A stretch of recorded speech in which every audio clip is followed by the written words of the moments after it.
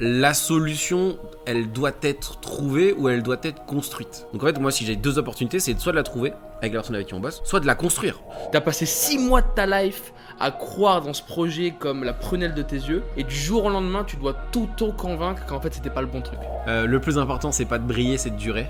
Ma femme a pété un câble, genre t'es chef de cabine dans une compagnie aérienne, tout se passe bien, on est ok, genre et toi tu fais un truc de coach. Et plus le monde du coaching est très bizarre pour de vrai, c'est un monde quand même avec beaucoup d'aspects un peu bizarres. Et je pense qu'il y a moins de 1% des gens qui me parlaient de PNL qui savaient vraiment ce que ça voulait dire. On a divergé un peu là. Et The Backstage. Le mec se kiffe.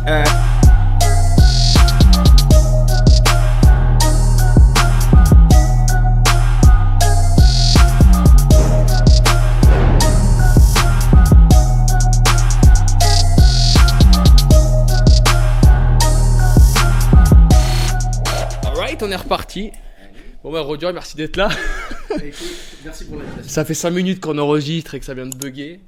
C'est fou parce que je commence quelque chose, je commence une nouvelle activité, je me mets à 100% dans le podcast, j'invite des gens, je me sens pousser des ailes, et au moment où je me sens à mon apogée, que j'ai l'impression que ça vole, bam, le Mac qui coupe, c'est fou.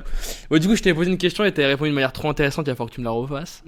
La question que j'avais posée, que je pose habituellement à l'entrée, c'est si tu avais une phrase pour te vendre, quelle serait-elle ? La seule phrase, comme je dis très souvent et sur là où j'ai basé tout mon positionnement, c'est j'ai tout misé sur les résultats que j'apporte aux gens avec qui je travaille. Donc ça veut dire que s'ils n'ont pas de résultats, j'existe pas. Ce qui a été mon positionnement dès le départ, et même sans véritablement être dans l'entrepreneuriat et d'être comme je le suis aujourd'hui, ultra impliqué et totalement à l'intérieur de cet écosystème entrepreneurial, j'ai tout misé sur les résultats en me disant ferme ta gueule. Il y a beaucoup de gens qui parlent. Toi, tu vas faire l'inverse. Tu vas te taire. Et normalement, les résultats devraient parler pour toi. Ce qui est quand même très risqué comme positionnement, surtout au début quand tu connais personne et qu'il y a le marketing qui vient. On parle d'ads, on parle de tout ça. Donc, si je devais résumer, ce serait si je devais me vendre, mais je le fais jamais, ça. J'essaie de jamais me vendre et je mets un point d'honneur à pas me vendre, en tout cas à l'heure actuelle. J'ai tout misé sur les résultats et les résultats de mes clients et des gens avec qui je travaille, et j'ai misé que là-dessus. Ce qui fait que aujourd'hui on discute ensemble et qu'on peut voir les gens avec qui je travaille aujourd'hui, leurs résultats, et que j'ai pas besoin de parler en fait. J'ai juste à faire le job avec les gens avec qui je travaille. Et à répondre sur les groupes sur WhatsApp. Et à répondre sur WhatsApp. Et ça suffit. Non mais c'est ouf parce que même nous, on le dit à tous nos vendeurs, tu sais, nous, en gros, on a 4 gros sujets pour augmenter la rentabilité d'une boîte. Il y a le follow-up, donc le fait de garder du suivi avec du client, l'upselling, donc vendre un produit supplémentaire au client, la prise de référence, et c'est le sujet que j'ai envie de discuter avec toi, et W price. En gros, un mec, quand t'es stacké en termes de durée, double tes prix et tu auras plus de rentabilité. Mais la prise de référence, c'est un truc qu'on enseigne toutes les semaines à nos équipes de vente en leur disant, les gars, on vous le garantit, un client satisfait, c'est le meilleur vendeur qui existe. Exactement. Il y a un client satisfait, de toute façon, l'expérience qu'il va vivre en prenant ton service, ton produit, il va...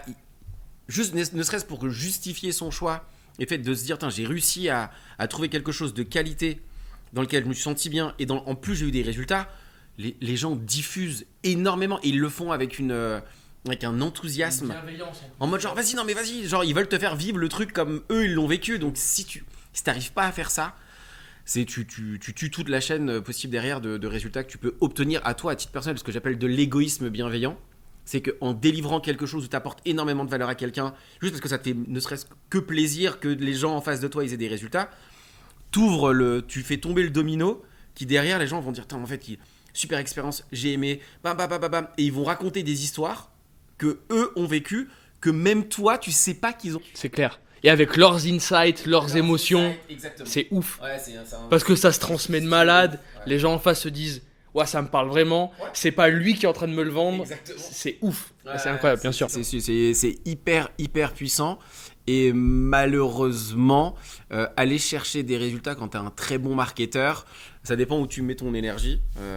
Les gens qui sont très bons en marketing, qui vont très bien vendre, et malheureusement, l'énergie, s'ils mettent 90% de leur temps à marketer quelque chose et qu'ils mettent que 10% où ils vont dire, j'en sais rien, pour une formation que ce soit, ils vont dire, en fait, c'est de la faute des gens, ils n'ont pas le mindset en ayant l'information, aller choper des résultats et que toi, tu prends le temps en disant je mets peut-être un peu moins de temps dans le marketing et je mets plus de temps sur la quête de résultats ou le service client ou l'aspect qu'il peut y avoir à vouloir délivrer quelque chose qui apporte des résultats pour de vrai, concrètement et qui fait véritablement vivre une expérience.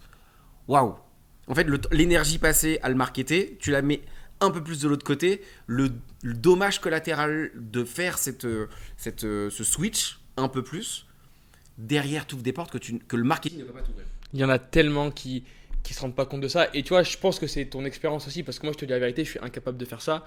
Encore aujourd'hui, mais alors quand j'ai commencé, mon seul truc, c'était mec, comment est-ce qu'on fait de l'argent? C'est très simple. Ouais. Tu crées un truc, whatever.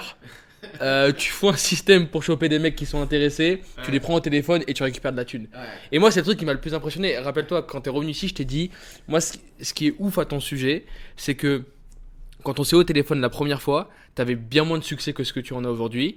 Et tu me disais, mec, j'en ai rien à foutre, moi je me travestis pas. Ouais. Et en fait, ça voulait dire trop de trucs, parce que moi, à cette époque, j'étais prêt à me travestir pour tout, tu vois. C'était, mec, t'as jamais eu d'argent de ta vie, tu veux faire de l'argent, alors prends ce qui se passe, jump sur toutes les occasions. Même si tu dois travailler pour des gens, baisser ton pantalon et travailler bien moins cher qu'habituellement, ouais. Fais-le parce qu'il te faut de la thune. Toi, c'était, j'ai une ligne de conduite, une stratégie, je sais ce que je vaux et je veux accompagner tel type de personnes. Et peu importe ce qu'on me proposera, mais ça c'est ouf, parce que moi c'est un truc qui me paraît ouf, tu vois. Peu importe ce qu'on me proposera, je me travestirai jamais vis-à-vis de ma vision. En fait, pour de vrai, j'ai quand même pas mal de chance, et je pense que c'est une constante dans ma vie d'avoir quand même de la chance sur cet aspect-là, c'est que je l'ai même pas fait en me disant... c'est une strat, tu vois, je me suis juste dit, je pense que c'est intéressant de le dire aussi, c'est que j'ai passé beaucoup de temps à essayer de comprendre ce qui se passait sur le marché. Je pense que j'ai passé une année à essayer juste de comprendre aujourd'hui qu'est-ce qui se passe en fait, qu'est-ce qui se dit, où est-ce que sont les gens, qu'est-ce que dans la communication des gens aujourd'hui, des mecs qui sont sur des thématiques comme moi ou des femmes, qu'est-ce qu'ils valorisent dans leur discours. Et quand dans leur discours, j'ai vu des failles, et les failles c'était, des failles en tout cas dans moi comment je l'ai perçu, c'est ça parle beaucoup, mais on sait jamais qui. Et moi j'ai dit mais comment c'est possible qu'on puisse parler autant de sujets, en tout cas en expliquant, donnant des exemples, mais en fait, on sait jamais qui c'est, en fait. On sait jamais qui c'est. Donc ça m'a super surpris, en fait. Je me suis dit, mais...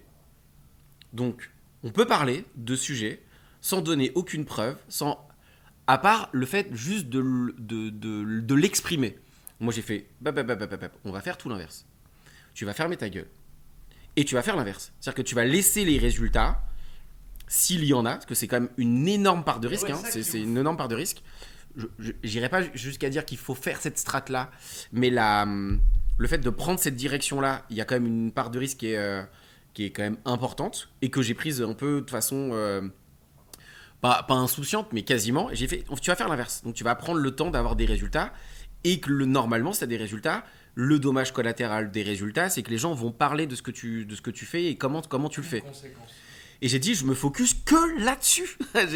J'ai dit, nique sa mère le marketing. On s'en fout des ads. Le content, on s'en tape. Ce qu'il faut, c'est des résultats. Donc, tu dois rester que là-dessus. Ce qui est quand même très risqué. Avec un peu de recul aujourd'hui, j'ai de la chance, ça fonctionne et ça continue de fonctionner. Mais c'est quand même ultra risqué. C'est pour ça que je comprends pourquoi les gens vont sur le marketing, parce que ça te permet d'avoir en tout cas de parler, de prendre plus la parole, de commencer à communiquer. Ça donne une sécurité.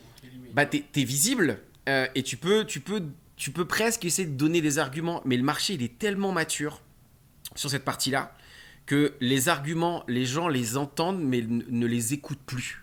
Et en fait, ils rentrent dans quelque chose où c'est du déjà entendu, c'est du déjà vu.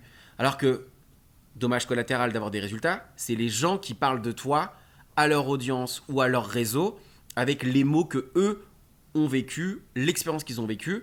Donc en fait, le marketing, il est fait par les gens avec qui tu as travaillé, qui eux te marketent avec leurs mots à eux, à leur audience. Donc en fait, le truc fait poum poum poum poum poum poum.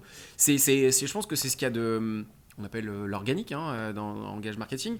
L'organique, c'est extrêmement dur, mais quand ça fonctionne, c'est ultra puissant. Mais c'est pas la solution à tout. Il faut l'alimenter, c'est quelque chose qui ne s'arrête pas, que tu dois renouveler. C'est quand même... Voilà, c'est quand même un sujet, le pic domino à faire tomber de l'organique, quoi. Moi, ma question, c'est que comment au début tu crois ça? Parce que tu vois, regarde, moi, aujourd'hui, je pense et on croit avoir une solution qui fonctionne.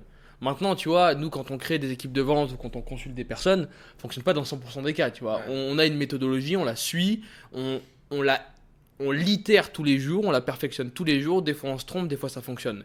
Mais disons qu'en quelques années, on arrive à avoir un taux de réussite qui est extrêmement élevé par rapport à 100% des autres personnes qui font comme nous. Mais toi, quand tu commences au début et que tu te dis, je vais suivre ma strat de juste délivrer à mort. Mais est-ce que t'es, tu vois, parce que, est-ce que t'es persuadé que ça va marcher? Est-ce que tu dis de façon pas de choix? Ou est-ce que t'as un plan B où tu te dis vas-y j'essaie et dans la mesure où ça fonctionne pas, je me prends un mur ou que sais-je, je partirai sur autre chose? C'est quoi ta mentalité? Parce que j'ai l'impression que tu t'es jamais posé la question, tu vois. Pour moi, je me pose même pas la question. Je suis dans un, je rentre dans un univers où la solution, elle doit être trouvée ou elle doit être construite. Donc en fait, moi, si j'ai deux opportunités, c'est soit de la trouver avec la personne avec qui on bosse, soit de la construire. Et construire, parfois ça prend du temps. Parfois, les gens veulent aller vers quelque chose et en fait, ils s'aperçoivent qu'en fait, ils voulaient pas vraiment ça. Donc en fait, on rectifie et le plan dans lequel on devait aller change totalement. Et moi, mon rôle, c'est d'être ultra agile et adaptable et créer la solution en fait, qui est la vraie solution que les gens veulent vivre. Il y a le gros fantasme, il y a le désir de vouloir réussir à faire quelque chose, mais tant que tu n'es pas passé à l'action, tu ne sais pas véritablement si ce désir il est quelque chose que tu as vraiment envie de vivre ou non.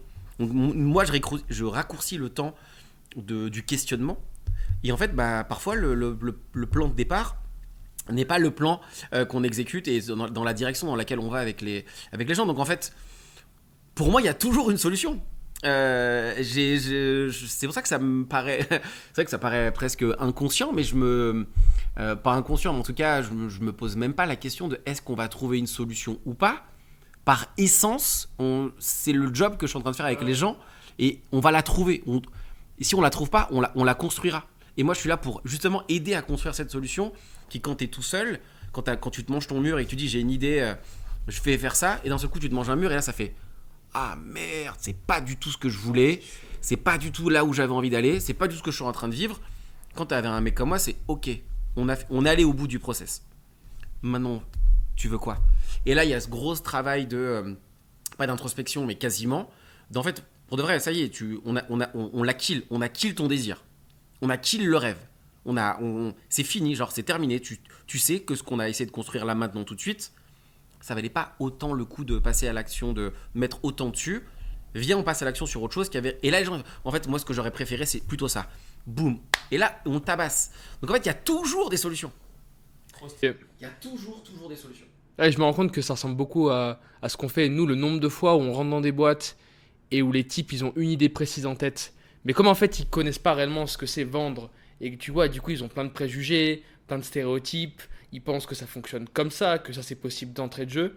Et du coup, ils ont une construction du monde, un paradigme qui est faux, tu vois, par rapport à ce que nous on sait et au retour qu'on a. Et du coup, là où je te retrouve, c'est qu'en fait, nous on a toujours, tu sais, moi j'ai tourné une vidéo à ce sujet parce qu'en gros, il y a beaucoup de mecs qui me disaient, ouais, vous avez un gros écosystème. Parce que tu sais, il y a plein de boîtes, on fournit plein de services. Ils nous ont dit, attends, mais comment vous êtes démerdés pour créer cet écosystème? Et moi, ce que je répondais à chaque fois, c'est, écoute, mec, on a passé 1 an de nos vies à prendre 10 appels par jour sans jamais dire non. Sans jamais dire non. C'est une belle paire. C'est-à-dire que, en gros, 100% des appels, la question c'était quel est ton besoin actuel? Whatever ce qu'on avait comme besoin en face, ça pouvait être un bateau, une voiture, un kilo d'or. On disait, mec, on est les meilleurs là-dedans. Okay. Laisse-nous 48 heures et on revient vers toi. Et là, tu raccroches, t'as le cerveau en ébullition et t'as 48 heures pour taper toutes les portes et pour essayer de délivrer le produit, tu vois. Et donc en fait, je me retrouve très bien dans ce que tu dis parce que nous, ça a été même la création du business. Parce que moi, mon sujet, ça a été toujours de dire, j'ai une grosse crainte de passer du temps sur un truc qui rapportera rien. Moi, tu vois, je ne comprends pas les gens qui arrivent à passer un trimestre, un semestre sur une DA, sur un UX, sur un développement de quelque chose sans jamais avoir testé le marché. Mais je te jure, ça me met dans un stress qui est fou, tu vois.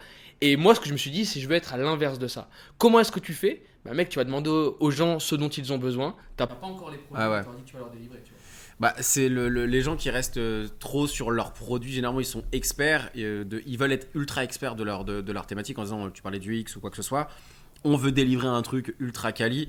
Il y a énormément de peur sur un truc comme ça. En fait, c'est un comportement de peur. Je reste dans mon truc. J'ai plein de gens en tête. Cet aspect-là, ou des gens qui ont une compétence, une expertise de malade dans un domaine. Et ils disent, on va bosser notre sujet. Et en fait, ça m'arrive il n'y a pas très longtemps. Et la personne qui me contacte, mais ça fait quasiment 1 an que tu es sur un truc de recherche qui certes va apporter énormément de plus-value aux gens que tu vas targeter, mais tu n'as aucun contact de gens qui veulent ton produit et ton service aujourd'hui. Donc oui, certes, ton produit il est peut-être révolutionnaire, mais moi ce qui me fait peur, et c'est un peu ce que tu disais, c'est mais en fait ton produit tu l'as construit sans feedback, ça veut dire ? Donc comment sans feedback tu peux avoir la certitude que ton produit il est extraordinaire ? Genre c'est surtout que ça s'appelle de la branlette. Tu viens de te taper une branlette pendant 6 mois sur un sujet en disant que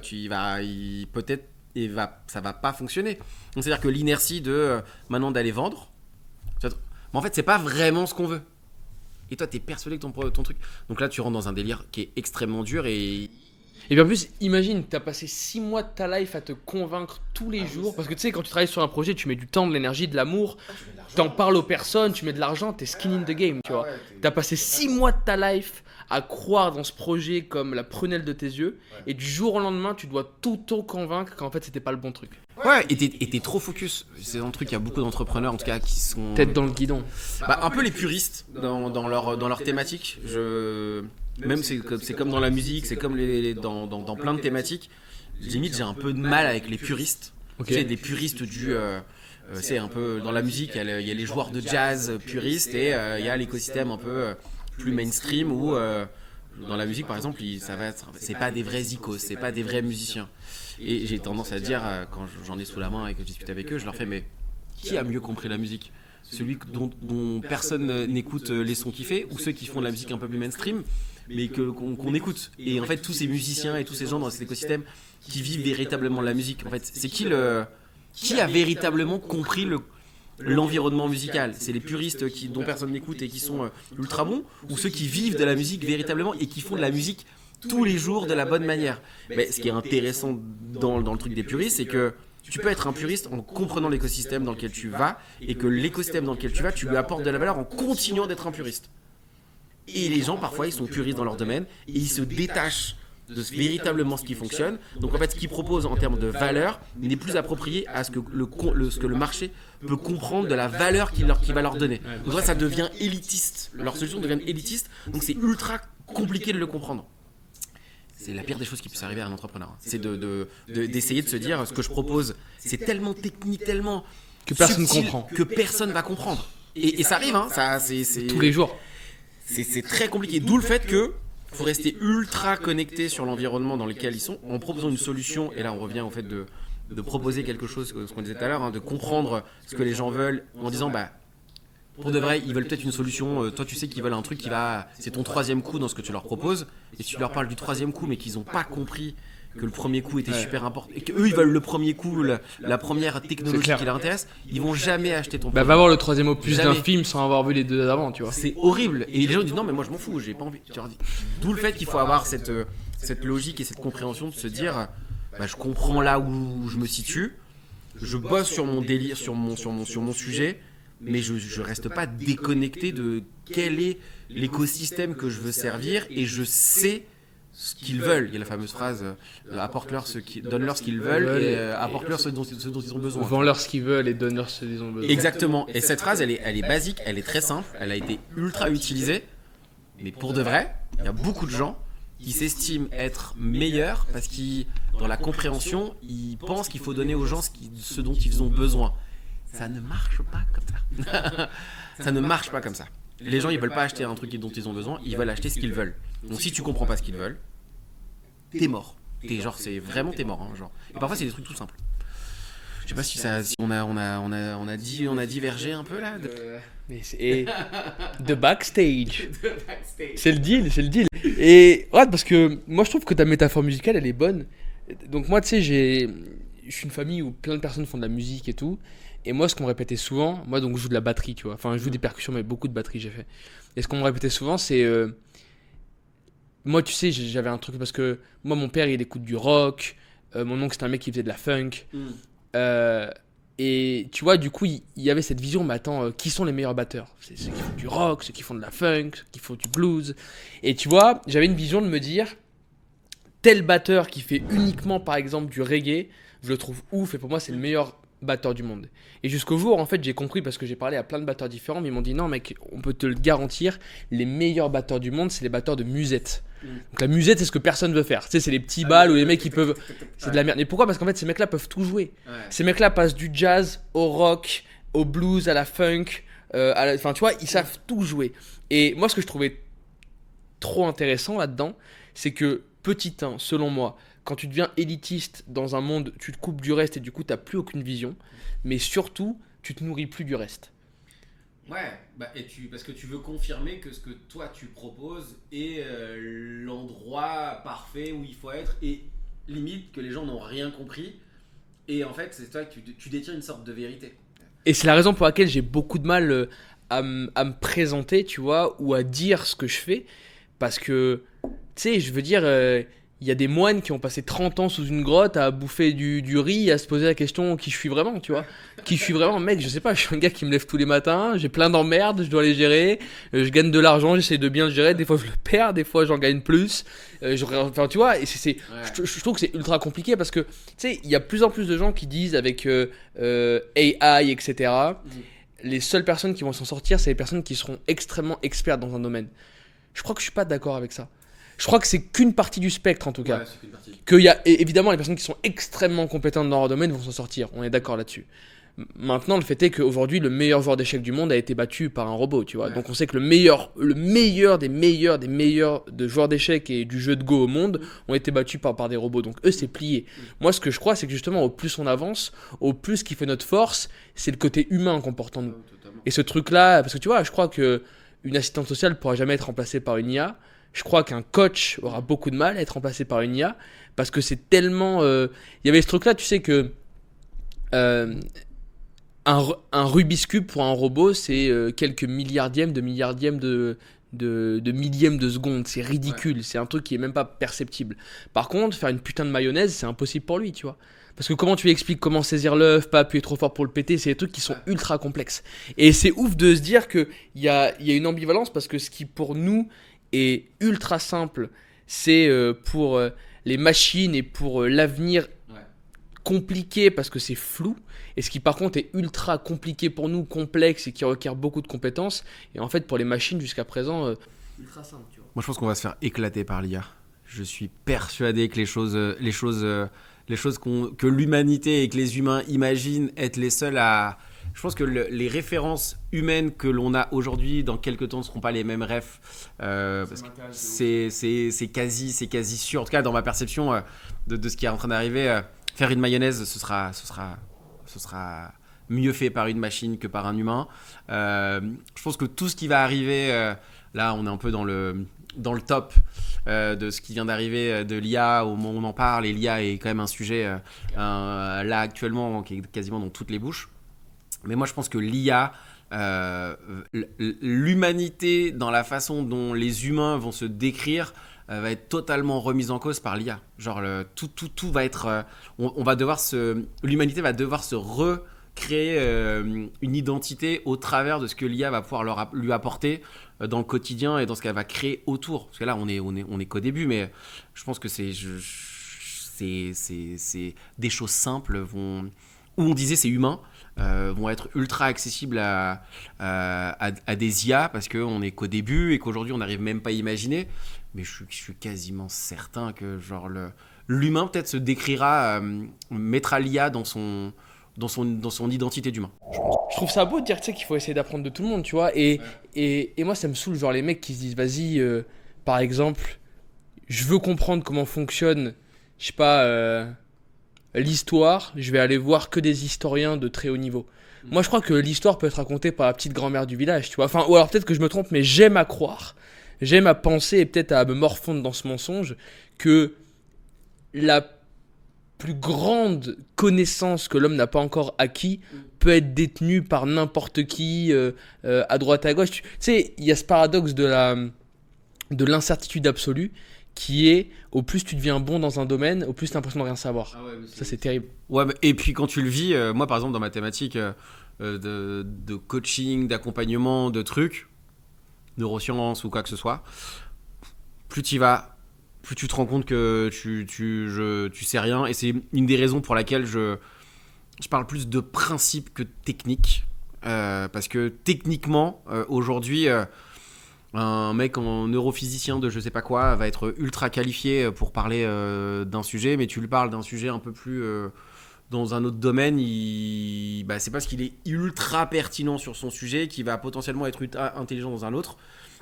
Donc en fait tu te retrouves avec un sujet où tu es ultra bon là-dedans, mais qui te sert à rien, mais quasiment en fait. Et puis même ça te bouffe de l'intérieur. Moi, tu sais, j'ai connu des chercheurs dans des domaines.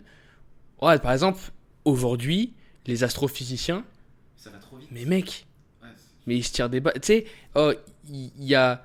Non, mais je veux dire, ils ont pondu un accélérateur à particules à 1 milliard, tu vois, qui passe entre Genève et la France. Et les mecs, ça fait genre peut-être 30 ans qu'ils essayent de choper une particule de matière noire, tu vois. Non, mais t'imagines que tous les matins, tu te lèves dans ta life, tu vas à l'accélérateur, j'imagine, c'est comme ça, le mec, tous les matins, il est là, il branche son tuyau, il appuie sur le bouton. Bon, les mecs, allez, une journée de plus. Je suis pas sûr qu'ils vivent comme ça. Moi, je pense qu'ils sont vraiment passionnés. Et ce qui est rigolo, c'est qu'on a quand même besoin des puristes. On a quand même besoin des experts. Parce que s'il n'y a pas des mecs qui seraient complètement en mode autiste, en mode genre j'y vais, et qui en plus de ça n'ont pas l'impression de faire un truc.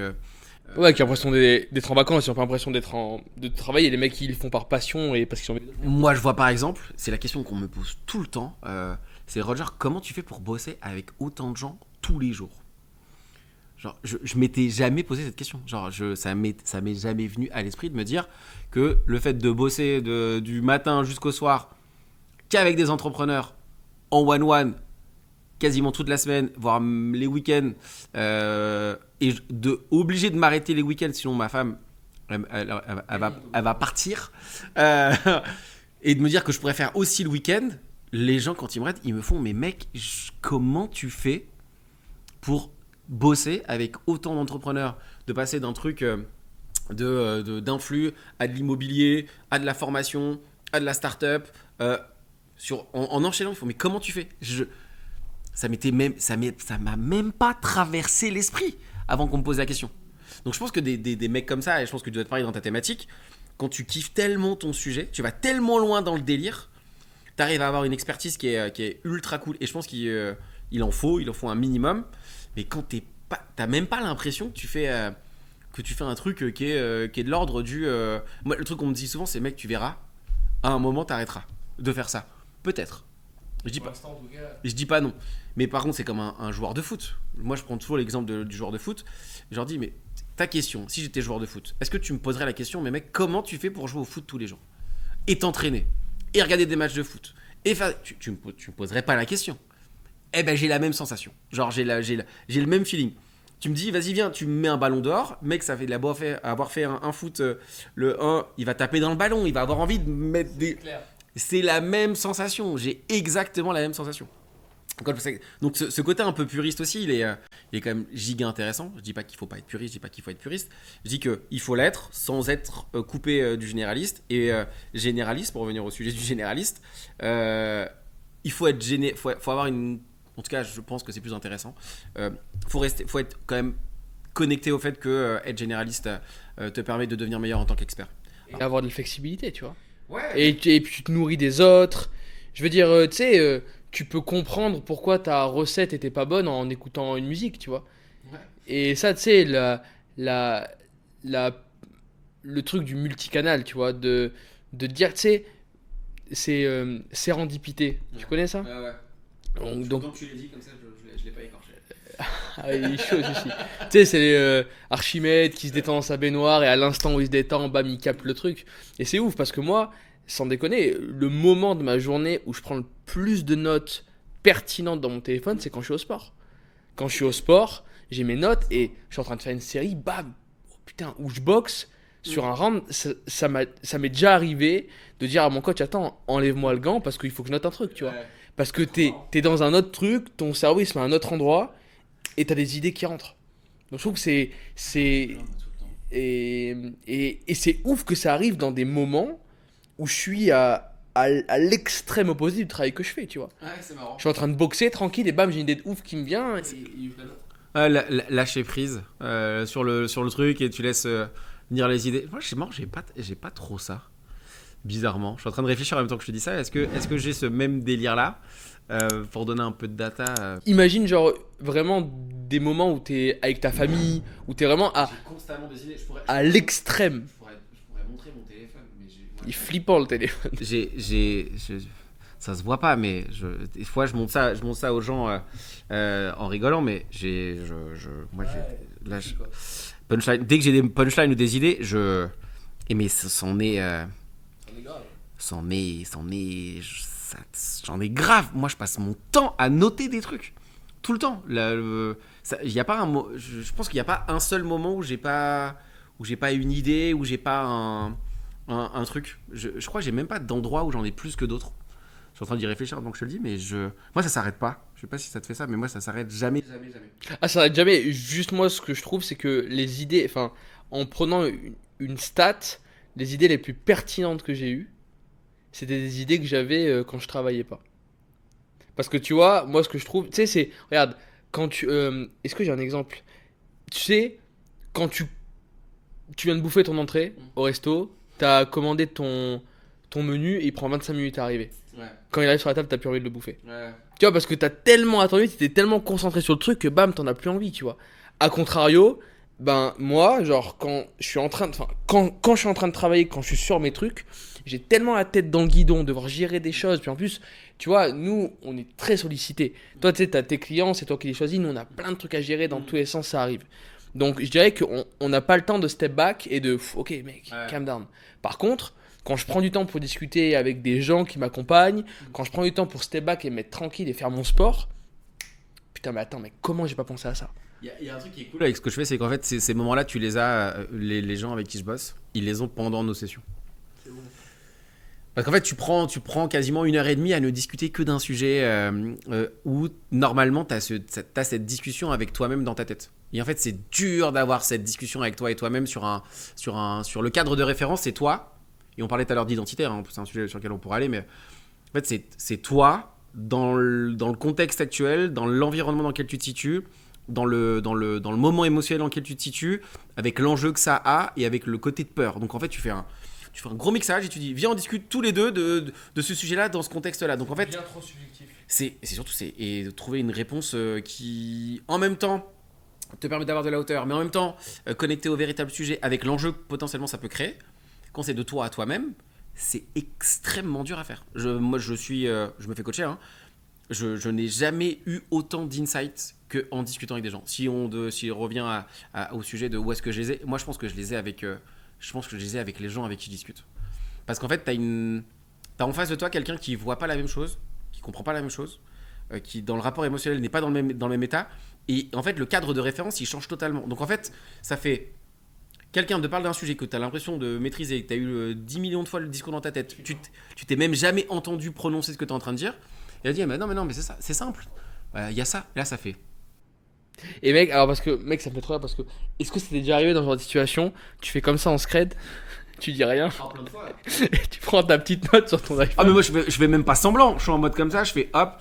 Ça m'est déjà arrivé de discuter avec quelqu'un et de dire juste attends, hop, et je note le truc en disant ça y est, genre j'ai compris un truc, bam, qui n'avait potentiellement rien à voir. Ça, c'est dingue que dans des sujets où tu as l'impression de vraiment maîtriser, des fois des personnes qui a priori maîtrisent moins que toi te donnent juste un axe ou tu vois un spectre de lecture.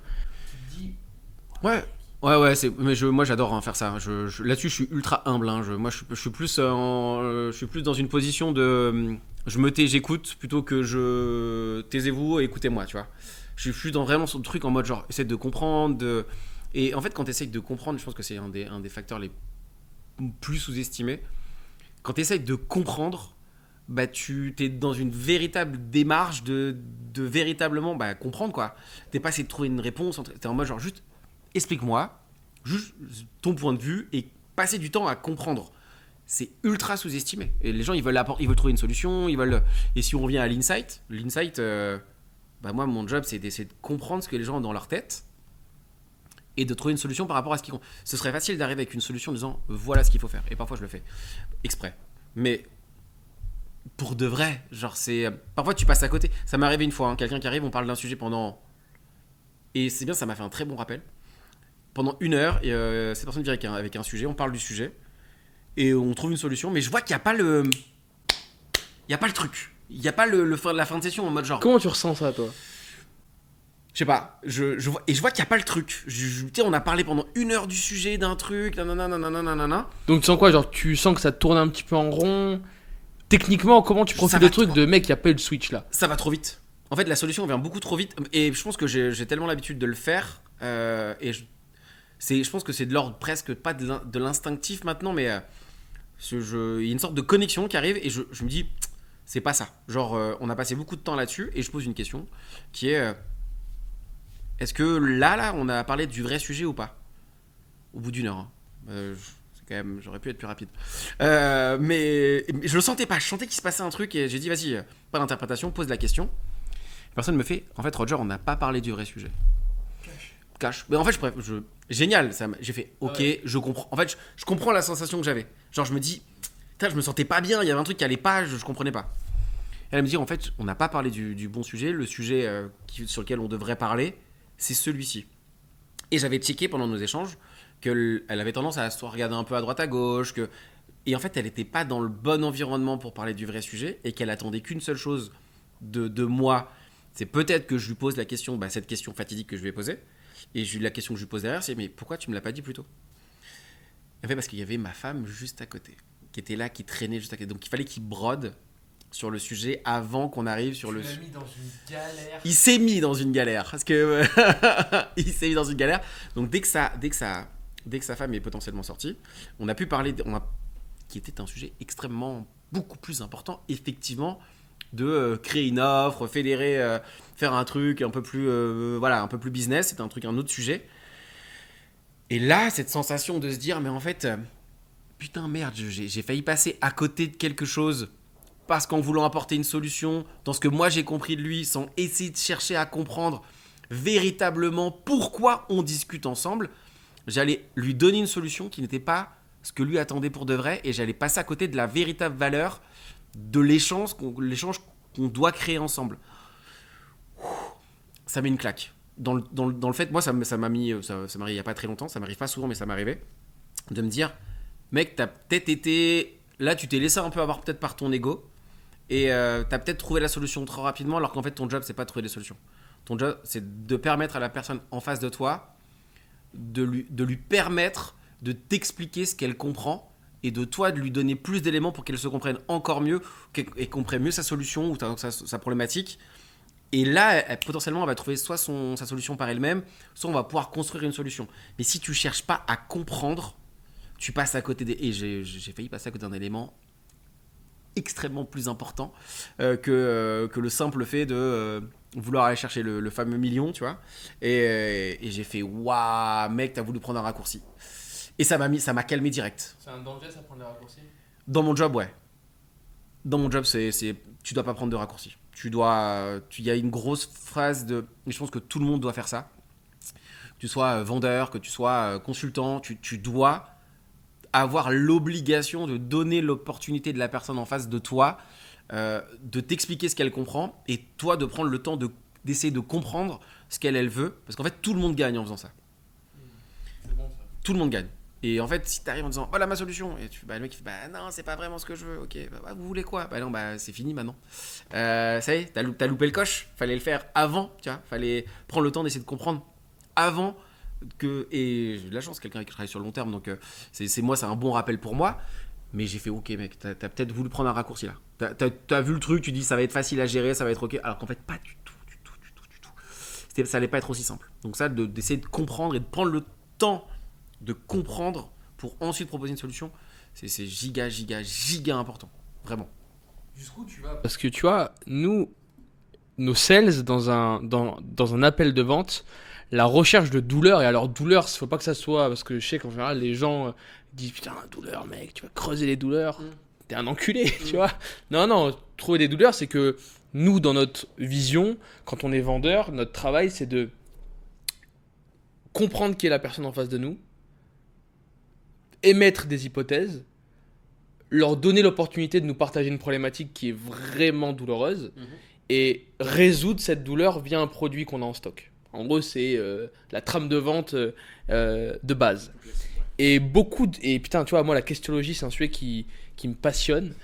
J'ai tellement creusé ce truc-là, gestes mentaux, posture. Puis en fait, je trouve ça magnifique parce que le créateur de la questiologie, quand il l'introduit sur son TEDx, il dit que Einstein a dit si j'avais 1 heure pour résoudre un problème dont ma vie dépend, je passerais 55 minutes à trouver la bonne question et 5 minutes restantes à y répondre.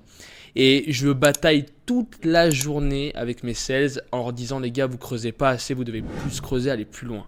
La question que j'ai pour toi, parce que toi c'est ton job de trouver des problèmes et d'aller jusqu'au bout, jusqu'à où tu creuses et où est la limite?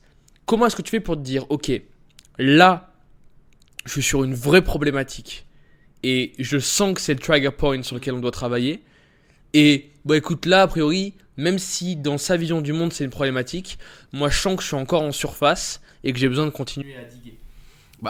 Ma posture n'est pas la même que la vôtre. Donc déjà moi j'ai un champ qui est excessivement large et j'ai pas un déficit de confiance à combler. Parce qu'en fait, les personnes, quand elles bossent avec moi, elles sont en mode ultra confiance, tu vois. Donc, si dans ta thématique, et je prends ton contexte, vous, c'est une personne qui vient, à qui vous devez potentiellement proposer quelque chose. Donc, il y a le premier truc que j'ai envie de te dire, c'est qu'il y a une étape que les gens ne doivent pas louper, c'est est-ce qu'on a des facteurs de confiance communs? Déjà, si tu n'arrives pas à créer des facteurs de confiance... Ça, c'est le début de l'appel. Nous, les 4 premières étapes de l'appel, c'est briser la glace, petit 1, icebreaker, parce que pour ceux qui comprennent pas ce que c'est, marchez dans la rue un jour et approchez-vous à moins de 20 cm d'une personne que vous ne connaissez pas et regardez sa réaction. En général, c'est archétypal, c'est soit la fuite, soit le combat, soit une tarte dans la gueule. Non, fuite, combat ou se figer. Donc en général c'est pas bon et le fait est qu'on doit briser la glace pour pouvoir rentrer dans un cercle d'intimité. Les neurovendeurs diront mettre le reptilien en confiance, un terme un peu barbare, mais dans l'idée briser la glace, on brise la glace, on rentre avec le prospect et puis en plus c'est de l'inbounding, donc les gens viennent, prennent un rendez-vous et ils savent pourquoi ils sont contactés. Et ensuite, étape numéro 2, créer le lien de confiance. Donc on a une dizaine de minutes où on discute vraiment d'où est la personne, on trouve des points en commun pour créer de la réciprocité, de la sympathie. Et ensuite, on attaque l'appel où on va cadrer l'appel. Point numéro 3, on va expliquer comment ça va se dérouler. Et point numéro 4, on rentre dans la découverte. Mais moi, en gros, mon sujet, c'est que le point numéro 5 de l'appel, c'est ce qu'on appelle creuser les douleurs. Et ce point-là, par beaucoup de sales qui commencent, c'est vraiment compliqué pour eux d'arriver à creuser. En gros, leur truc, c'est qu'ils arrivent, ils disent quels sont vos challenges actuels? Il y a un challenge qui est partagé et là ils savent pas quoi faire. Est-ce que je creuse? Je creuse un petit peu. Ok, le mec ne me répond pas. Je passe à une seconde problématique. Enfin, tu vois, et ils sont dans un flou où est-ce que je creuse une problématique? Est-ce que c'est la... Et en fait, c'est différent dans le fond, mais en vrai dans la forme c'est un peu similaire parce que nous, ce qu'on propose dans des appels, c'est du coaching, tu vois. C'est mec, tu viens ici, tu as une problématique, ça peut être je fais pas assez d'argent, je suis malheureux en amour ou que sais-je, tu viens nous voir, on demande et on veut comprendre vraiment ce qu'il y a parce que peut-être que ton truc c'est de te dire ok, j'ai besoin de plus d'argent, mais en fait tu as besoin de plus confiance en toi. Et toi tu te crées une espèce de croyance qui te demande de l'argent plutôt que de la confiance, donc peut-être que tu vas pas te diriger par toi-même sur le bon produit qui va être intéressant. Et comment est-ce que toi, quels sont les 3-4 best practices, les petits tips, si tu arrives à un peu cataloguer les choses, tu vois, vas-y le mec, tu vas arriver en phase et tu vas réussir à plus creuser et à comprendre les vrais sujets. J'en ai qu'un seul, je pense que la seule chose qui fera la différence, c'est l'intention de base quand tu es avec la... Parce que, en fait, techniquement, tu vois, c'est le problème avec les tactiques et les principes. Les tactiques, ça prend. C'est spécifique à ce que tu vas prendre. Un principe, c'est si tu arrives en disant je suis très bon techniquement, mais mon principe, c'est pas de servir, c'est de vendre. Le principe de base, il est par rapport aux techniques, ce que tu vas utiliser. Ton principe, ça va être putain, à la fin, faut que je vende quand même. Tu vois, genre, Donc tu seras pas focus sur la problématique en tant que Ah non, telle, non, tu non. seras dire comment je fais mon Si, billet. si ton objectif sur un call, il est de vendre, absolument, avec tout ce que ça comporte de ne pas vendre, et qu'est-ce que ça va sécréter chez toi le fait de ne pas vendre, forcément tu vas passer à côté de la douleur. Genre, parce qu'en fait, t'es focus sur ta douleur à toi. Donc s'il y avait un seul tips à donner, c'est que déjà les vendeurs en intention, l'intention elle soit claire. Les gars, on n'est pas là pour vendre, on est là soit pour servir. Servir, ça veut dire quoi? Et de spécifier ce que ça veut dire servir dans notre façon de travailler. Ça veut dire prendre le temps. Si peut-être, j'en ai aucune idée, mais le call peut dépasser. Si on est sur un sujet douloureux, comment on fait pour essayer, genre vraiment expliquer notre façon de servir la personne qu'on a en face de nous. Et la deuxième, que vos vendeurs se fassent coacher. Parce que si coacher sur à eux comment ils ressentent, comment ils vivent une vente, tu vois. Qu'est-ce qui fait qu'un vendeur performe plus qu'un autre? Comment ça se passe pour toi en fait? Qu'est-ce qui fait que tu es un bon vendeur? Et généralement, c'est pas des trucs qui sont qui sont généralistes, c'est ultra spécifique. J'adore la vente. L'autre il va dire ouais, j'aime bien la vente, mais j'avoue que j'ai peur de Patrick parce que je dois aller faire un reporting le soir et quand j'ai pas vendu, ça met la pression. Donc la pression plus truc. Ok, comment je te mets dans des bonnes conditions pour que tu sois pas en facteur de pression? Et c'est là où, quand tu as des vendeurs, ça ne se joue pas sur les techniques. Ça se quasiment très peu. En tout cas, au début, il faut des bases. Mais après, c'est voilà notre façon de fonctionner. Voilà ce qu'on veut créer avec notre écosystème et les vendeurs. Voilà le sujet principal que vous ne pouvez pas louper au-delà de la vente. C'est est-ce que vous écoutez vraiment les gens que vous avez en face de vous? Est-ce que vous cherchez à les comprendre ou à vendre? Je suis sûr à 90% que tous les gens qui sont là, ils veulent absolument vendre. Mais s'ils se mettent sur vendre, ils loupent la première étape qui est dans tes techniques. Dans toutes tes techniques, tout ce que tu m'as cité, c'est comprendre la personne en face de toi. Et donc en fait, si la première étape, la dernière étape c'est vendre, et que la première elle est sous-évaluée par absolument tout le monde, en fait personne ne vend. La vente est un domino que tu fais tomber. Et si tu fais pas, si t'es la première partie, tu la fais pas bien, et que vous, l'écosystème, vous valorisez pas le fait de comprendre, parce que comprendre, si c'est vraiment bien fait, le dommage collatéral, c'est la vente. C'est la vente. Ce qu'on répète tous les jours, nous, ce qu'on leur dit souvent, et ça, tu vois, c'est un challenge qu'on a sur les tout nouveaux vendeurs qui viennent juste d'arriver. Ils ont 1 mois pour se former et je sais que la grosse problématique qu'ils ont tous, c'est comment poser des questions et comment réussir à creuser. Il y a d'autres sujets, tu vois, parce que c'est aussi que les mecs ont peur de se confronter, ont peur de dire les vraies choses, du rejet. Mais ce qu'on répète souvent, c'est que il faut avoir une intention haute et un attachement bas. Et ça a trop de sens parce que ce qu'on pourrait se dire, c'est le mec en disant qu'il est là pour servir et pas pour vendre, en fait, il est broke. Mais ce que vous devez comprendre, c'est que tu fais beaucoup plus d'argent en voulant servir qu'en voulant vendre. Mais ça qui est ouf, c'est que ça, mais les gens n'arrivent pas à le comprendre. Et moi, je passe mes journées à le répéter. Ça va que maintenant, c'est mes managers qui le répètent aux gens, tu vois. Mais souvent, les gens sont là, attends, comment je fais pour vendre, pour clôturer mon appel? Les gars, je vous dis un truc, si vous êtes toute la journée en train de penser à vos commissions, au closing que vous allez faire et à l'argent que vous allez récupérer à la fin de votre appel, une chose est sûre, vous ne closerez pas. Parce que tu es dans l'enjeu. Et quand tu passes ta vie dans l'enjeu, tu as un stress quotidien, tu te sens oppressé. Tu galères à chercher tes résultats et tu comprends même pas le vrai sens de ton appel qui est le mec a une problématique ou alors on doit trouver ensemble sa problématique parce qu'il se sent pas bien.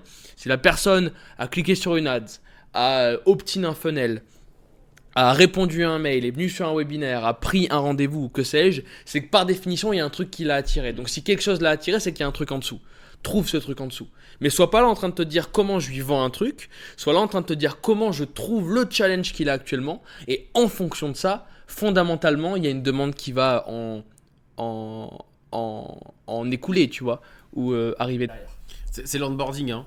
Tout va jouer sur l'onboarding, c'est le truc, je crois, le plus sous-estimé ever de toutes les entreprises.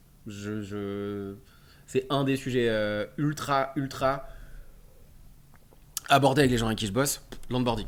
Si ton onboarding il est pas bon et t'as pas expliqué aux gens où est-ce que vous mettez de la valeur, comment vous mettez de la valeur, qu'est-ce que ça déclenche quand on fait ça, les gens vont revenir à leur principe de base. Genre, ils vont venir. De base. Même, c'est ce qui est rigolo, c'est qu'ils vont venir à des valeurs que l'entreprise ne va pas valoriser. Genre, si dans ton entreprise, le job, c'est servir. Prenons cet exemple. Si le job, c'est servir, c'est pas vendre. C'est-à-dire que la première étape, c'est servir. Donc, ça n'est pas vendre. Donc, c'est le sujet de l'onboarding, c'est comment on sert. C'est quoi le sujet qui nous permet de dire qu'on est tous d'accord que sur un des premiers, des fondamentaux de ce que nous, on veut, c'est servir. Mais c'est pas genre juste un petit mot vite fait que tu balances en disant on sert. Non, c'est t'expliques comment on sert. Genre tu montes des exemples et tu dis le service c'est. Donc voilà comment on sert dans notre écosystème. Tant que tu n'as pas compris genre comment on sert, la vente, limite les techniques tu oublies. Genre c'est pas important en fait. C'est pas plus important parce que le premier item c'est servir. Si le deuxième item c'est vendre, là, tu peux commencer à inculquer et à donner des techniques. Parce que le premier fondamental, il est acquis par absolument tout le monde. Tu peux aller. Hein? On ira ouvrir. Ok. Le fondamental, il va attendre que Roger doit finir. non mais c'est ça, c'est vraiment super important. Et ça, c'est ultra sous-estimé. Genre vraiment, c'est... Et généralement, tous les problèmes, en grande majorité, pas tous, viennent de l'onboarding. Genre du temps que tu n'as pas passé à toi servir les gens qui, eux, vont servir tes clients. Donc en fait, tu crées une culture, tu ne crées pas la culture que tu veux dans ton entreprise et après tu vas vouloir rabâcher et dire « Non mais c'est comme ça qu'on fait. » Tu fais « Attends, mais toi, tu m'as montré comment faire pour est-ce que tu m'as... Ne serait-ce que t'as été congruent. Ouais, rajouter de la congruence, exactement. Quand en fait, non. Ce que les gens vivent à l'intérieur, c'est comme le bifidus actif. Ce qui se passe à l'intérieur, ça se voit à l'extérieur. Si aujourd'hui les gens sont des connards dans ton entreprise, sache que t'es ça, c'est le problème des mecs qui sont en mode fais ce que je fais, ne fais pas ce que je dis. Ah oui, mais ça c'est pas que ça marche pas, mais ça a une limite. Non, mais c'est que. Mais d'ailleurs, j'espère que personne n'est assez débile pour dire ça, mais je veux dire, il y a trop de gens qui se comportent ainsi sans le dire, tu vois. Qui toute la journée disent des trucs qu'eux n'ont jamais appliqués de leur vie, et que derrière, bah vas-y, il va voir ce qu'il fait, lui, quand il est tout seul de son côté, ça va te faire flipper, tu vois. Ce qui est rigolo là-dedans, c'est quand t'es. Moi, je suis papa. Et en fait, ce qui est rigolo, c'est que je pense Congratulations. que merci, ils sont grands maintenant. Ils sont grands, ils ont 9 et 5. Ce qui est très rigolo, c'est que tu peux faire illusion de ne pas être congruent avec tes enfants, tu peux pas. Parce qu'ils sont chez toi, mec. Et ils sont collés à toi toute la journée. Et ils te voient. Et bien sûr. Et ils savent vraiment qui tu es. Moi, je dis souvent, les seuls, même ma femme ne me connaît pas comme je suis véritablement. Je pense que les seules personnes, et on a été enfant, après on est adulte, on connaît vraiment nos parents. Ils ont trop d'insight sur toi.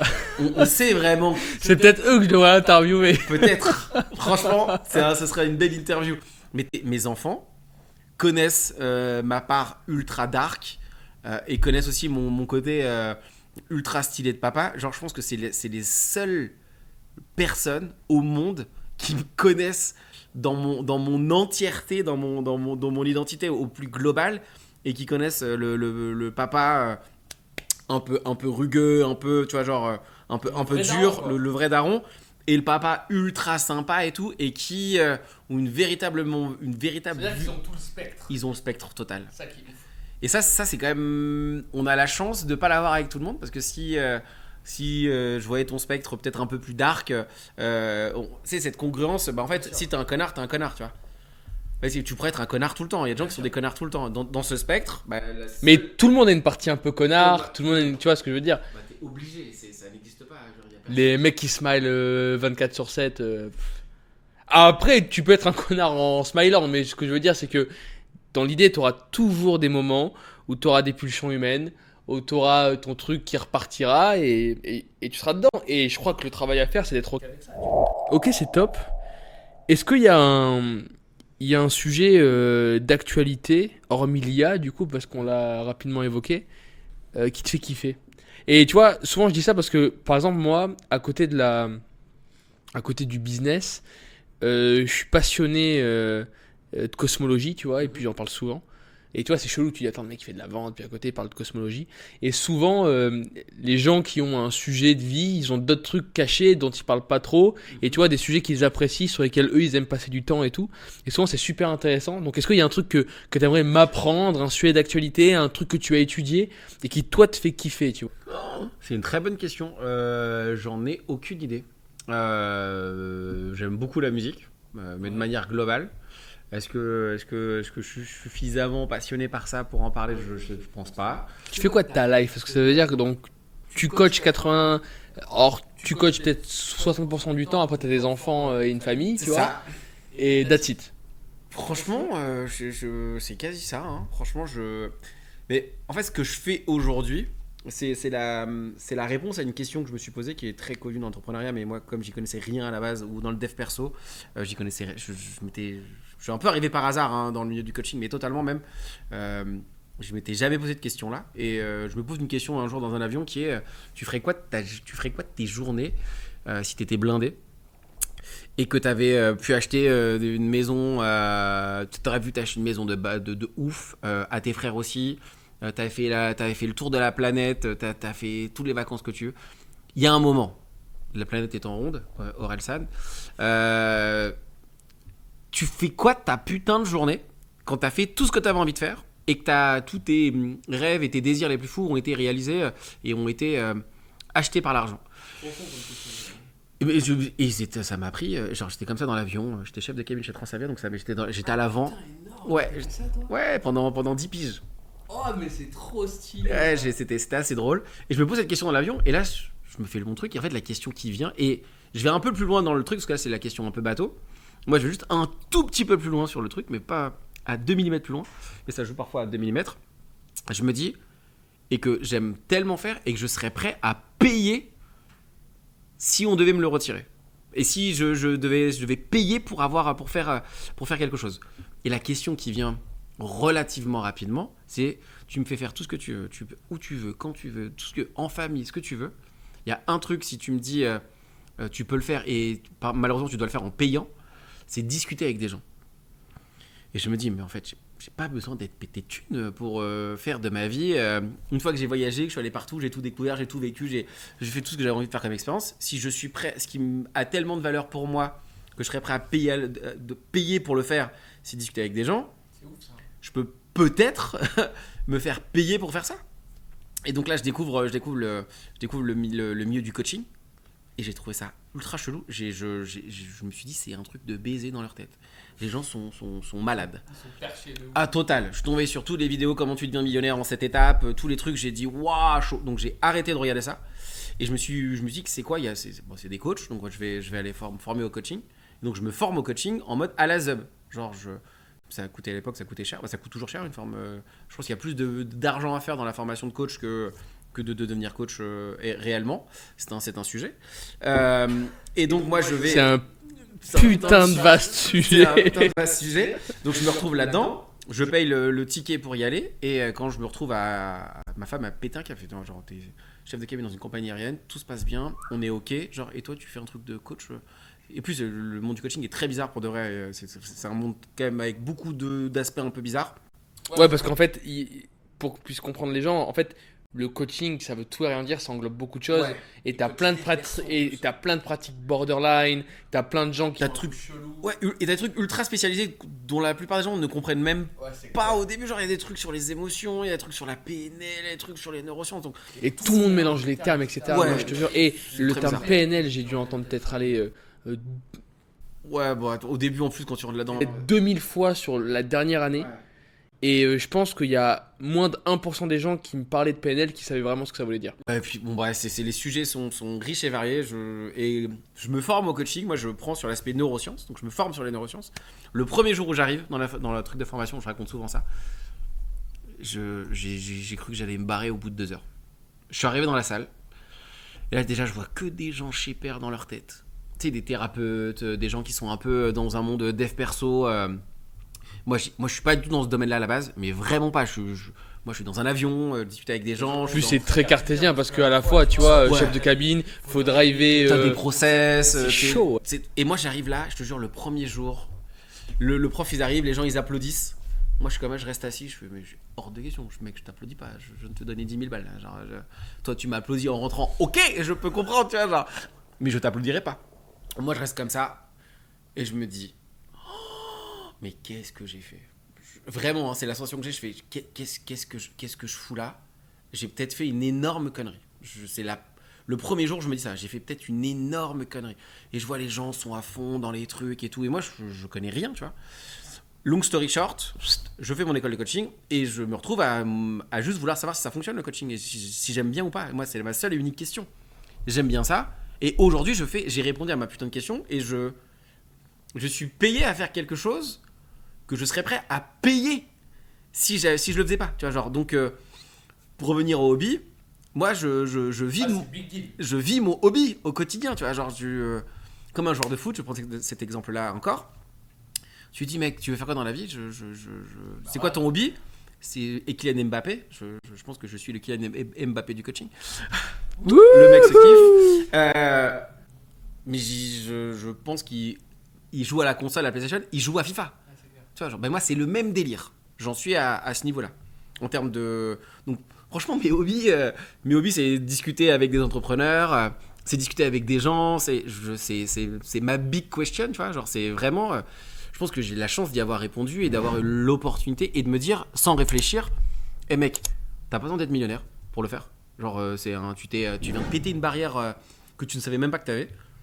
Feu à volonté, tu vois. Genre, et c'est encore la réponse à ma question aujourd'hui. Hein. Genre, c'est encore le cas. Et je pense que le jour où ça le sera plus, j'arrêterai.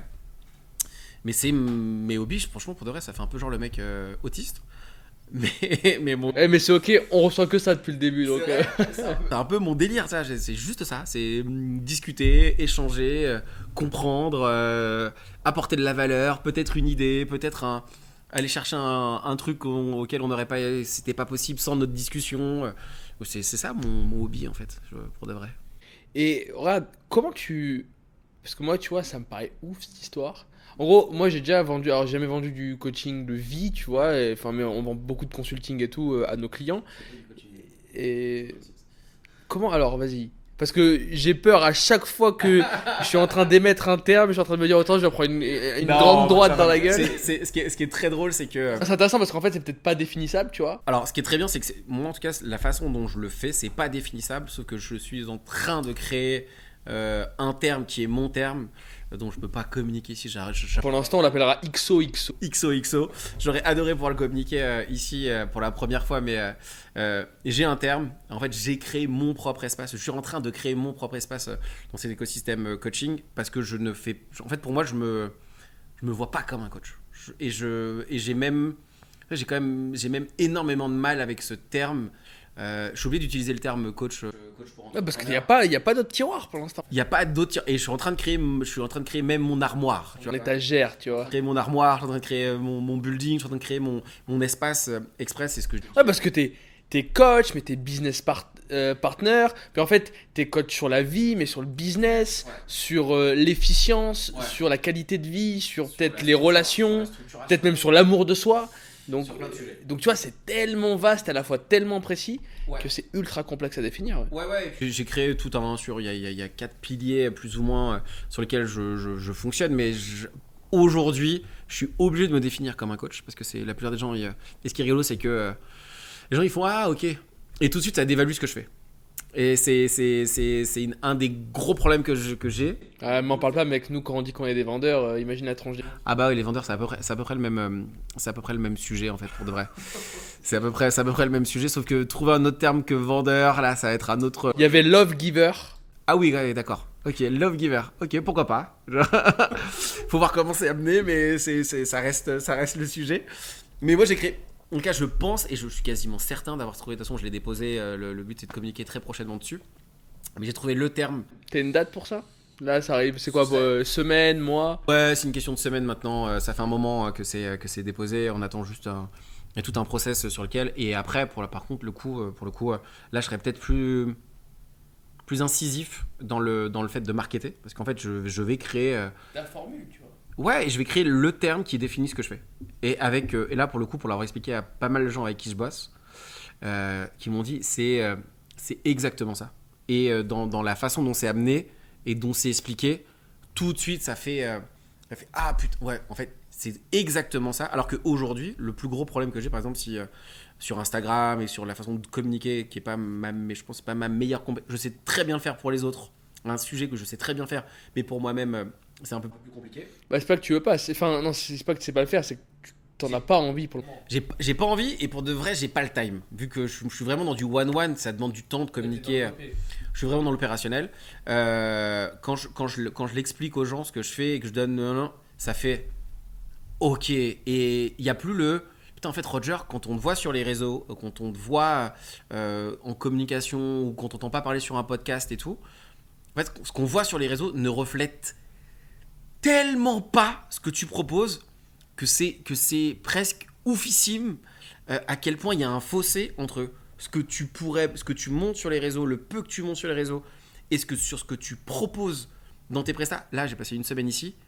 Tout le monde, à l'unanimité, m'a dit mec, ta communication, c'est une catastrophe par rapport à la valeur que tu délivres. Genre, c'est oufissime. Et j'ai eu ce problème-là pendant, et j'espère ne plus l'avoir. Bah, moi, je te l'ai dit aussi, mais le truc, c'est qu'en fait, alors, peut-être que toi, t'es dedans toute la journée, donc tu t'en rends peut-être pas compte. Mais mec, tu te rends pas compte à quel point ce que tu fais pour le mass market et pour les gens lambda, tu vois, ça peut être une source d'inspiration folle. Je veux dire, tout le monde veut être ce gars-là qui t'a fait avec des gens connus.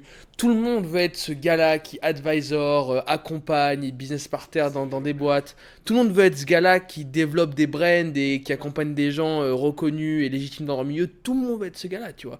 Et qu'est-ce qui se passe si demain t'as juste un lascar qui toute la journée te suit avec une caméra et filme tes vlogs, filme tes entretiens, bip les trucs, tu vois. Je pense qu'il va se faire chier. On me l'a dit. En fait, moi, Ouais, mais lui, tu le paieras, peu importe. Mais les gens qui vont regarder vont kiffer, par contre. Ben en fait, ce qui est très bizarre, et c'est aussi une de mes plus grosses problématiques en termes de positionnement, c'est que je bosse avec des gens. Alors, pour certains qui ont des grosses visibilités ou qui sont des. Ça se sait pour certains.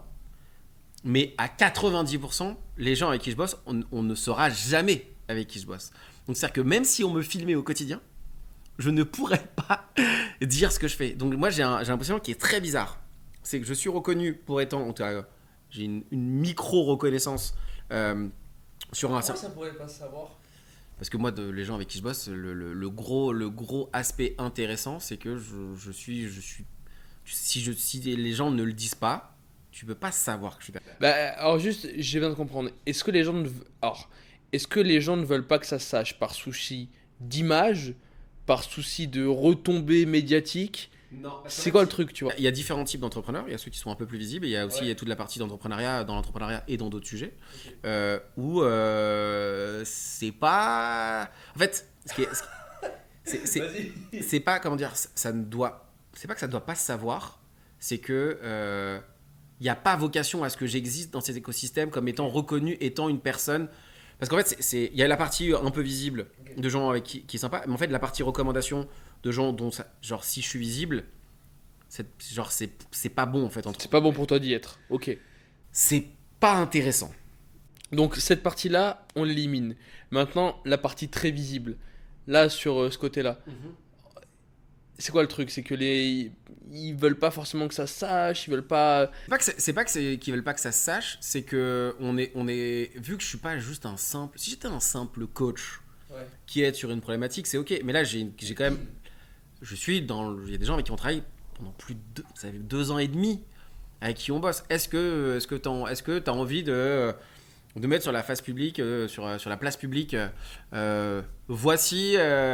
Roger avec qui tu vois genre et puis moi j'aime bien ce positionnement un peu dans l'ombre, tu vois, genre je suis genre les gens vont faire le job, moi je suis là sur énormément d'aspects, du recrutement à la vente de la boîte, à l'association, à tu vois genre je suis vraiment sur tout l'aspect, sur tout le spectre du business, mais personne ne sait que je suis là. Et en fait ça, je pense que si j'étais ultra visible, et peut-être que je le serai dans quelques années, hein, peut-être ce sera le but, mais ça me permet d'avoir déjà des sujets que je peux aborder qui sont pas du tout mainstream, mais pas du tout. Les gens viendraient pas pour ces sujets-là.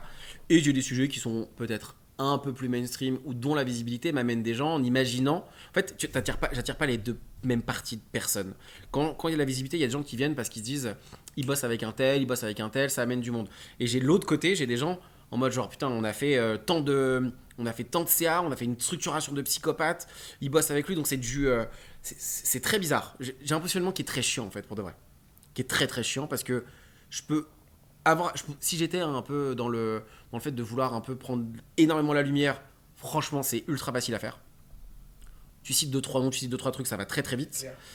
Et en fait, Et en vrai, tu ferais un paquet de pognon. Et c'est là aussi, où je suis aussi très positivement surpris par ton game, parce que tu as vraiment une vision ultra long terme, tu vois. ouais. À la place de toi, franchement, il y aurait 9 mecs sur 10 qui auraient fait l'extrême opposé de ce que tu es en train de faire. Ouais, alors que moi, c'est tout l'inverse. Moi, déjà, je ne dis jamais avec qui je travaille. Et je le plébiscite pas. Et c'est même pas qu'en public, hein, même avec moi, quand. Non, mais juste, c'est trop important parce que peut-être que les gens qui écoutent pourraient se dire, ouais, le mec, c'est que public. Non, non, c'est pas ça. Genre, t'as une vraie discrétion professionnelle, c'est trop stylé, ça apporte. Mais même moi, je me dis, ah, vas-y, le bâtard, il lâche rien, tu vois. Non, mais c'est trop stylé. Et je veux dire, c'est vrai, et c'est pas que on stage, c'est ta vie de tous les jours. Alors tu partages peut-être plus de trucs quand même, mais t'as quand même une vraie. Mais je veux dire, pas sur tes clients, mais des anecdotes, des trucs que tu pourrais peut-être pas dire. Mais t'as une ultra vocation et volonté à la discrétion et au fait de partager aucune info, quoi. C'est galère. Franchement, pour de vrai, parfois, par exemple, c'est très très galère. Si je voulais être ultra public. T'as besoin de 3 stories, mec. Hein. Ouais, ça pourrait être très vite fait en plus, mais je le fais pas. Et je pense que c'est aussi dans l'écosystème dans lequel de ce monde-là, c'est que. Et sur le principe de base que j'ai dit, c'est les résultats qui parlent. Si c'est les résultats qui parlent, ferme ta gueule. Et je suis encore vraiment dans cette thématique-là. Dans ma tête, je suis encore dans cette première étape de ferme ta gueule. Vraiment, je suis vraiment là-dedans. Et je le fais vraiment. Et des moments, je me dis putain, mec, si. Tu penses que c'est le bon deal encore? Est-ce que tu penses que t'es pas arrivé à cette cassure où Peut-être. tu vois, Peut-être. Là, pour de vrai. où il y a tellement plus à gagner qu'à perdre, tu vois ce que je veux te dire? Euh, À partir sur ce billet-là, de se dire c'est bon les gars, putain je suis là, tout le monde me connaît, les personnes etc. c'est ça qui est drôle. Justement, mais Ouais. tout le monde doit me connaître parce que regardez avec les gens avec qui je travaille et regardez je veux dire, tous les jours on voit des mecs qui ont 1 millième de tes résultats, mais qui sont 10 000 fois plus visibles que toi. Ouais, mais c'est un. En fait, je vois ça comme un jeu tellement long terme. C'est que plus j'aurai de résultats avec les gens avec qui on bosse, plus les gens qui bossent avec qui on bosse auront des résultats, plus moi, ma capacité à parler, elle va être longue. Alors que une fois que je vais commencer à parler, si je le fais, et un jour je le ferai, T'auras de la hype, puis après ça va s'essouffler très bah, c'est surtout que je vais devoir. Mon temps va être alloué plus à parler qu'à avoir des résultats avec les gens. Donc en fait, je vais rentrer dans le jeu dans lequel tout le monde joue actuellement, c'est expliquer que ce que je fais, ça a de la valeur. Alors qu'aujourd'hui, je fais pas ça du tout. Genre, j'ai pas besoin d'expliquer. Moi, ce que j'ai besoin, c'est que les gens avec qui on bosse aient de la valeur et continuent de discuter. Dès que je vais rentrer, et si je rentre dans ce game-là, je vais devoir passer plus de temps à expliquer qu'à véritablement apporter de la valeur. Et on revient dans ce qu'on disait, l'histoire du domino. Je vais devoir, moi, expliquer pour essayer de convaincre les gens. Et là, on rentre dans un jeu marketing. Et là, je rentre dans le jeu du mass market. Et là, j'ai des années de retard. Des décennies au vu du monde marketing actuel. Alors que là, aujourd'hui, dans ma thématique à moi, j'ai un siècle d'avance sur tous les gens qui expliquent pourquoi ce qu'ils font, c'est ultra bien. Moi, j'ai pas besoin d'expliquer, vous avez juste à regarder, quoi. Et encore, pour ceux que les gens connaissent. Bah, par contre, la très bonne nouvelle, c'est que le jour où tu décideras peut-être de prendre cette direction, Ah, ça va être intéressant. ça va être un bordel. Ouais, ça peut être giga intéressant. Est-ce que je le ferai? Ce sera mesuré. Hein. Ce sera mesuré, les exemples seront mesurés. C'est vraiment quelque chose sur lequel je resterai. Parce que le but, c'est quand même de travailler avec des gens de plus en plus impactants et qui ont le pouvoir de rendre la vie des autres meilleure. Donc, c'est-à-dire, le but, c'est, je dis ça, travailler avec un président de la République, c'est dans ma check, quoi. Genre, c'est dans ma liste. Et ça, un mec visible, je pense que c'est très difficile d'aller bosser avec ce type de personne si t'es ultra visible et que t'es en train de faire des. Donc, moi, j'ai vraiment le but de travailler avec des gens je dis président, mais c'est genre de gens qui peuvent potentiellement améliorer ou changer la vie des gens de façon positive. Donc ça, c'est dans ma target. C'est je veux travailler avec ce type de personnes. Incroyable. Et là, pour le coup, effectivement, il faut éviter de faire des story snap dans les bureaux, tu vois. C'est quoi selon toi, parce que tu dois souvent faire de la strat, de la recherche avec tes clients et tout. Selon toi, quel serait le meilleur titre de vidéo qu'on pourrait mettre à ce podcast pour qu'il ait un succès frappant? On prend quoi en considération? On prend le SEO? Non, enfin, en fait, ce qu'on prend en considération, c'est qu'on ne veut pas que la vidéo buzz, mais on veut que la vidéo soit bonne. Et quand je dis bonne, c'est ta définition du terme bonne. Donc, est-ce que ton truc, ça veut dire tu veux que ça ait du sens pour une certaine partie de la population? Est-ce que tu veux que ça fasse écho au plus de nombre? Est-ce que tu veux qu'elle soit beaucoup vue? C'est toi qui prends ta définition du terme bonne. Mais quel serait le titre que tu donnerais à cette vidéo pour qu'elle soit bonne selon toi? C'est une question. Là, la première chose, alors je sais pas si elle serait bonne, ce titre, mais l'inconnu derrière certains succès d'entrepreneurs, tu vois. Ça pourrait être parce que pour de vrai, je suis véritablement nobody aujourd'hui dans le game de quoi que ce soit. Ce serait peut-être c'est qui cet inconnu derrière le succès de certains types d'entrepreneurs. Je pense que ce serait en tout cas à l'heure actuelle la chose la plus cohérente qui serait parce que moi je me considère comme un inconnu total, hein. Donc je pense que ça pourrait être ça la question. Peut-être que tu auras une autre idée, hein. Les gens récupéreront ça et la DA verra si c'est le truc qui lui parle. Mais moi j'aime beaucoup l'idée. Et effectivement, de tourner dans ce sens-là, ça crée ce mystère avec lequel tu vis toute la journée. Ouais, et qui fait partie, je pense qu'il fera toujours partie de ma façon. Et qui marche de ouf. Tu vois, tu ressens pas ce truc-là, mais moi je ressens de ouf ce truc-là. Je ressens rien du tout pour de vrai. Mec, Sherlock Holmes, tu vois. Ouais.